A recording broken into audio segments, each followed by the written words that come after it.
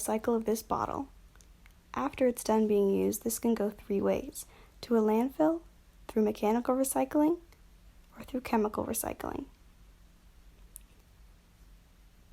First, let's talk about the landfill. Landfills are holes in the ground where solid waste is transported to stay until it breaks down. Now, this creates an out of sight, out of mind experience. However, it is very bad for the environment as some things don't break down for hundreds of years. The second way that this bottle could go is through mechanical recycling, which is the physical breakdown through mechanical means of this plastic. While this is better for the environment, it also reduces the strength of the material, which makes it hard to use again. The third way is through chemical recycling, which is where the plastics are broken down into their chemical components to be rebuilt again. Now, this specific type is PET plastic, which is used in textiles, and 19.6% of it is recycled every year. Scientists in Japan have recently discovered a bacteria that eats PET plastics called I. sakaiensis.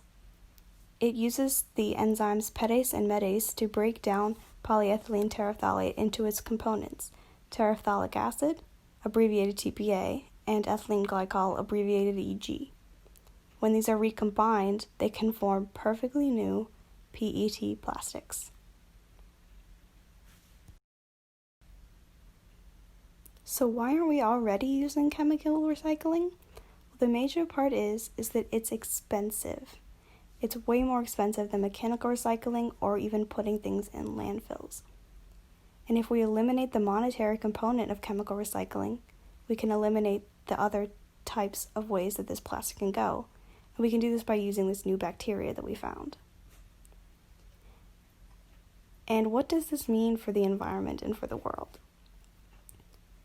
So by taking apart these plastics into their components that fit together like puzzle pieces, and we can reform them again to be perfectly as strong as they were before, this means we don't need to rely on fossil fuels that we need to extract in the future, which are notoriously bad for the environment.